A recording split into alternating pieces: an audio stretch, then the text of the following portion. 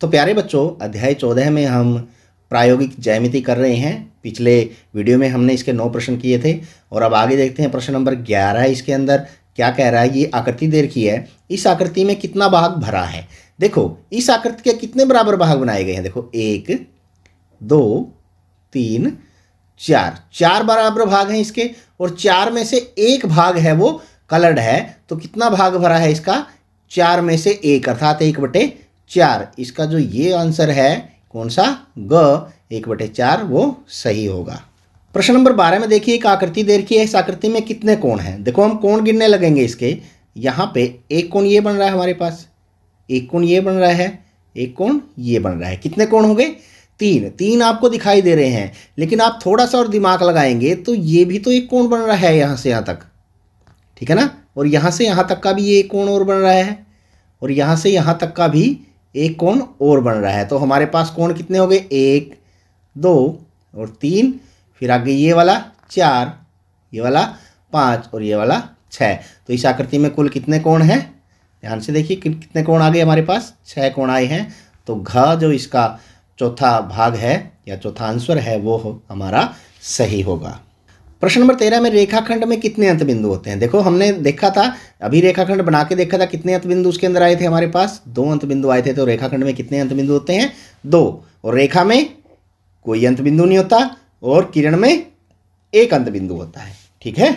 प्रश्न number 14, 60 degree का पूरक कोण। अच्छा, पूरक कोण वो कोण होते हैं जिन 2 कोणों का जोड़ 90 डिग्री होता है। तो 90 डिग्री बनाने के लिए हमें 60 में से 90 में से क्या बता देंगे, 60 को घटा देंगे तो हमारे पास पूरक कोण आ जाएगा। घटाएंगे तो कितना आ गया हमारे पास, 30 डिग्री है ना। अब पूरक कोण निकालने के लिए देखो ये है हमारे पास 30 डिग्री दे रखा है। पूरक किसी भी कोण का पूरक कोण निकालने के लिए उस कोण को 90 डिग्री में से घटा देंगे तो हमारे पास पूरक कोण आ जाएगा, ठीक है। प्रश्न नंबर 15 में देखिए कि कोण ABC, यहाँ कोण ABC है, ये दे रखा है 48 डिग्री का। ये पूर्ण नहीं है, यहाँ पे ये गलत प्रिंट हो रहा है, क्या है इसकी जगह पूरक कोण, ABC का पूरक कोण। अब पूरक कोण पिछले इसमें हमने कहा था कि किसी भी कोण का पूरक कोण निकालना हो तो हम क्या करेंगे, उसको 90 डिग्री में से सब्ट्रैक्ट कर देंगे, घटा देंगे।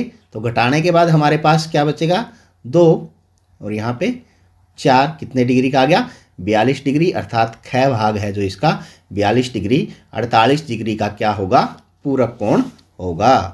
प्रश्न नंबर 16 है कि पूरक कोणों का योग होता है। पूरक कोणों का योग क्या होता है, अभी मैंने बताया था क्या होता है पूरक कोणों का योग, 90 डिग्री होता है। और पूरक की जगह यदि यहां लिख रखा होता कि समपूरक कोणों का योग, फिर कितना होता, समपूरक कोणों का योग 180 होता है। इस क्वेश्चन का आंसर तो हमारे पास 90 डिग्री है, यदि समपूरक पूछ लिया जाए तो वो 180 डिग्री होगा, ठीक है। ये देखिए 17वें क्वेश्चन में पूछ ही लिया गया कि समपूरक कोणों का योग कितना होता है। अभी हमने देखा था कितना था, 180 डिग्री था। तो इसका उत्तर तो सीधा हमें पिछले क्वेश्चन में किया है, कितना होगा, 180 डिग्री होगा। 18वां क्वेश्चन है कि 135 डिग्री के कोण का समपूरक। देखो पूरक कोण निकालने के लिए हम 90 डिग्री में से घटाते थे क्योंकि उनका जोड़ 90 डिग्री होता है और संपूरक कोणों का जोड़ 180 डिग्री होता है। तो जिस कोण का संपूरक कोण हमें निकालना है उसको 180 डिग्री में से घटा देंगे तो हमारे पास उसका संपूरक कोण आ जाएगा। घटा के देखें हमारे पास क्या बच गया, 5, यहाँ पे 4 और आगे तो 0 बचेगा। तो कितने डिग्री आ गया, 45 डिग्री। ऑप्शन ग इसका सही उत्तर है, ठीक है।